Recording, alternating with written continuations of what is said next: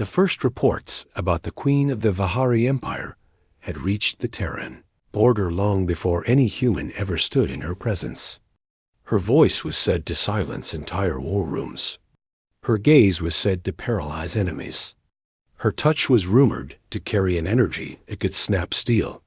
Humans whispered her title with caution, and even the boldest diplomats repeated her name only when necessary. Yet all those stories still failed to capture the gravity of her presence when she finally arrived at the joint summit on the drifting station known as Aurum. The station hovered between human space and the Vahari frontier, shining gold against the dark of the void. It was meant to be neutral ground, a meeting point where ancient grudges could soften. Instead, tension curled in every corridor as both sides prepared for the arrival of the Queen, who commanded star fleets as large as entire nations. Her name was Queen Lyris, and none dared approach her dot, except one human dot. His name was Elias, a technician assigned to the summit only because half the engineering team had fallen ill from a station-wide contamination. He was not a soldier, a diplomat, or a strategist.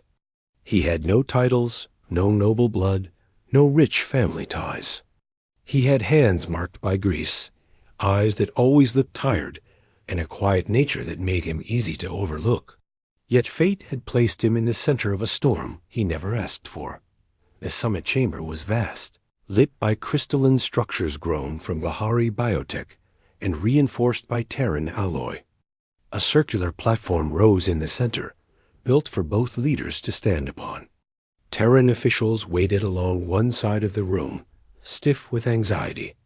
Soldiers in Navy uniforms stood in formation, eyes locked on the entrance that would soon open for the Queen. On the opposite side, Vahari guards stood tall. Their skin shimmered with faint bioluminescence. Their armor looked like flowing metal. They watched everything with eyes shaped like crescents, quiet and unreadable dot in the middle of all this careful arrangement. Elias crouched near the base of the platform, fixing a misaligned power conduit. The Vahari equipment reacted strangely with Terran circuits, causing flickering pulses every few minutes. If he could not stabilize it, the entire platform would collapse mid-summit. He had been working nonstop for hours. When the chamber doors finally opened, the air shifted. Queen Lyris entered without a sound. She was taller than most humans, wrapped in a mantle that moved like liquid shadows. Her features were sharp in a way that spoke of ancient lineage. Her hair was a cascade of silver strands that glowed faintly. Her expression remained cold, almost carved into stone. Two Vahari commanders flanked her, bowing their heads with reverence. Every human present stepped back instinctively, all except Elias, who did not even look up. The conduit sparked again, sending a burst of light across the floor. He muttered to himself and reached deeper into the panel, unaware that the Queen now stood only a few steps away. One of the Terran diplomats noticed and went pale. He whispered to the nearest officer. They whispered to another dot. A wave of horrified realization spread through the human side of the chamber. Elias still did not look up. Queen Lyris's icy gaze fell on the crouching human.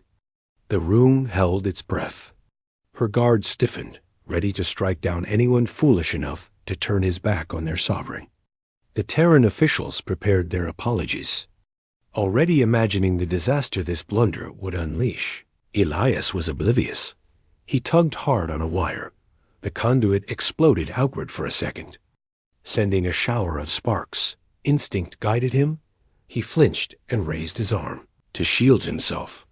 But before the sparks reached his face, a soft pulse of energy rippled through the air. The sparks vanished, dissolving into harmless motes of light.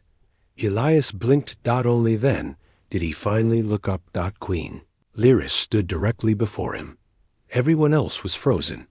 A single misstep could have sparked the war, and the one responsible had not even stood up to greet her. Elias swallowed hard and rose slowly, wiping his gloves on his uniform. His voice sounded embarrassingly small compared to the silence around him. Sorry about that, Your Majesty. The words echoed in the chamber like a distant bell. The Vihari guards bristled at the casual tone. Several humans nearly fainted from panic. Queen Lyris simply watched him, her expression unreadable. You are the one repairing the central platform, she said. Her voice was calm, but it carried a weight that seemed to press against every surface. Elias nodded. Yes, Your Majesty.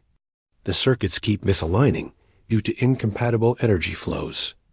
I am trying to stabilize it before the summit starts. Another ripple of unease moved through both delegations. She tilted her head slightly. You speak to me without fear. Elias blinked. Should I be afraid?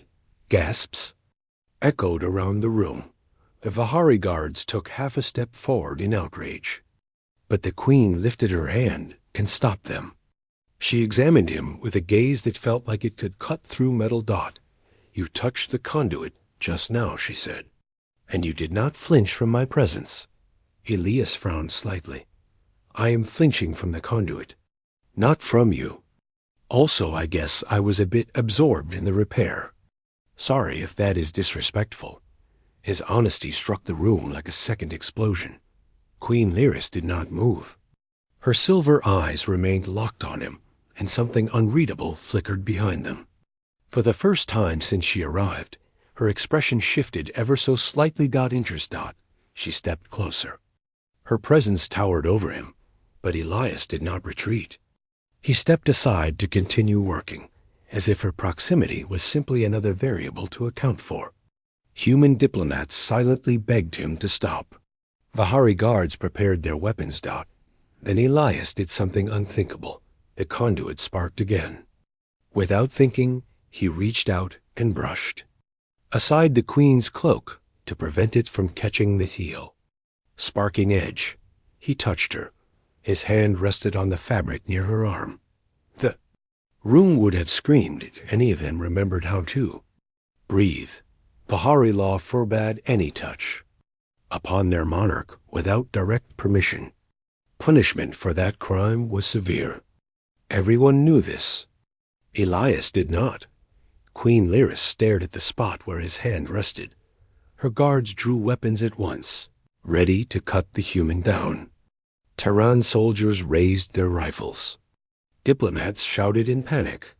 A storm formed in seconds, one that could wipe out centuries of uneasy peace. But again, she lifted her hand. All movement stopped as if time froze. Gaze returned to Elias. You touched me, she said. He pulled his hand back immediately. Sorry, just wanted to make sure the spark did not catch your cloak. He did not tremble. He did not collapse. He did not apologize. With fear, he spoke with simple sincerity. The queen blinked once. She seemed almost surprised. For years, enemies had trembled at the sound of her footsteps. Allies had bowed so deeply they nearly fell to the floor. Her own people dared not look her in the eye. Yet this single human treated her like a person standing next to a malfunctioning machine. She found it strange and oddly refreshing. You are not like the others, she said. Elias shrugged. I guess not, Your Majesty. But I have a job to finish before anyone could stop him. He returned to the conduit and resumed fixing it. The queen watched in silence. Minutes passed. The tension in the room did not fade. But Queen Lyris appeared more focused on Elias than on the summit itself. She observed every motion of his hands, every quiet mutter, every adjustment of the wires. Her expression softened, even if only slightly. Finally, Elias secured the final piece. The platform hummed steadily. No sparks. No flickers. It was ready. He stood and wiped his gloves. All done. You can proceed safely now. Queen Lyris stepped onto the platform. Instead of addressing the diplomats, she looked at Elias. What is your name? Elias. She nodded once. Elias. You will accompany me for the remainder of the summit. Gasps echoed. Again. Elias blinked. Me. Her expression did not change. Yes. He hesitated. Am not a diplomat, Your Majesty. I am just a technician. She studied him with an intensity that made several witnesses step back in awe. Exactly. The summit lasted 3 long days. Throughout each session, Elias stood near the edge of the platform. He spoke only when asked. He observed everything with curiosity. He fixed minor malfunctions. He explained human devices when Vihari delegates grew confused. Several times he spoke without formal etiquette, causing human officials to panic. But each time Queen Lyris listened to him without irritation. Sometimes she even appeared amused. On the second day, when a dispute nearly escalated into hostility, Elias calmly pointed out a mechanical flaw in the projection table that had distorted the map. His simple explanation prevented a misunderstanding that could have reignited the border conflict. By the 3rd day, both delegations had grown accustomed to the strange sight of their feared queen standing with a human technician at her side. When the summit concluded, she approached Elias once more. You have done well. You are the reason these negotiations succeeded. Elias scratched his head awkwardly. I only fixed things. She stepped closer. You did more than that. You acted without fear and treated me as an equal. No one has done so in years. He looked confused. I think respect is important. Fear is different. Her expression softened again, more visibly this time. A rare warmth touched her eyes. Elias, walk with me. He followed her through the quiet corridors of the station. Guards trailed behind at a respectful distance. The queen moved with grace, but her steps slowed slightly, as if she wished to extend their time alone. When they reached a viewport overlooking the stars, she stopped. Do you know why no one dares to lay a hand on me? Elias shook his head. Because they fear.